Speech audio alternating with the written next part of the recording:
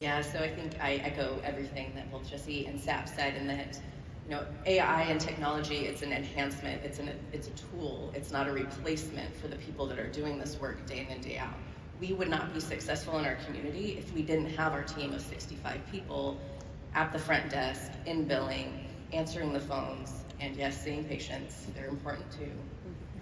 But we wouldn't be successful without them, so we can't replace them by any means.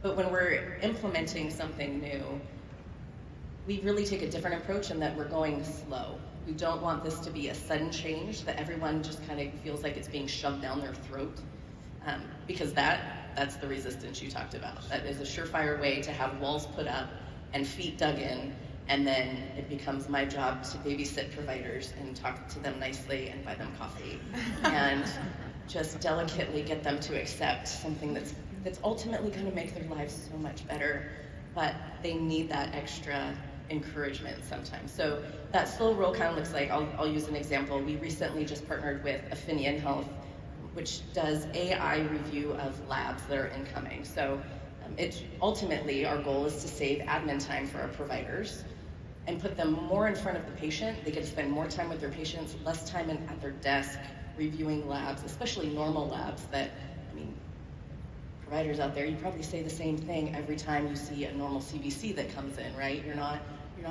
going outside the norm on any given day. So by taking that out of their inbox, it frees up their time to see their patients that much more. And we piloted it with just 2 providers who were excited about it and let them be the champions. And then we brought along the rest of the providers on that journey as we worked with Affineon to build it out how we wanted it to be to work with our practice. So the providers that weren't kind of bought in yet got to have input in it being structured, so that when it got time of, okay, now you see what it can do, now you can see that 60% of these labs were automatically taken care of for you. What do you think? Do you want it? And we're not going to force you because we have to pay for it, so if you don't want it, it's okay. And they all were like, yep, we're good. So just, finding those champions is always the key for any type of implementation, and getting them to be your voice of, like, this is really awesome.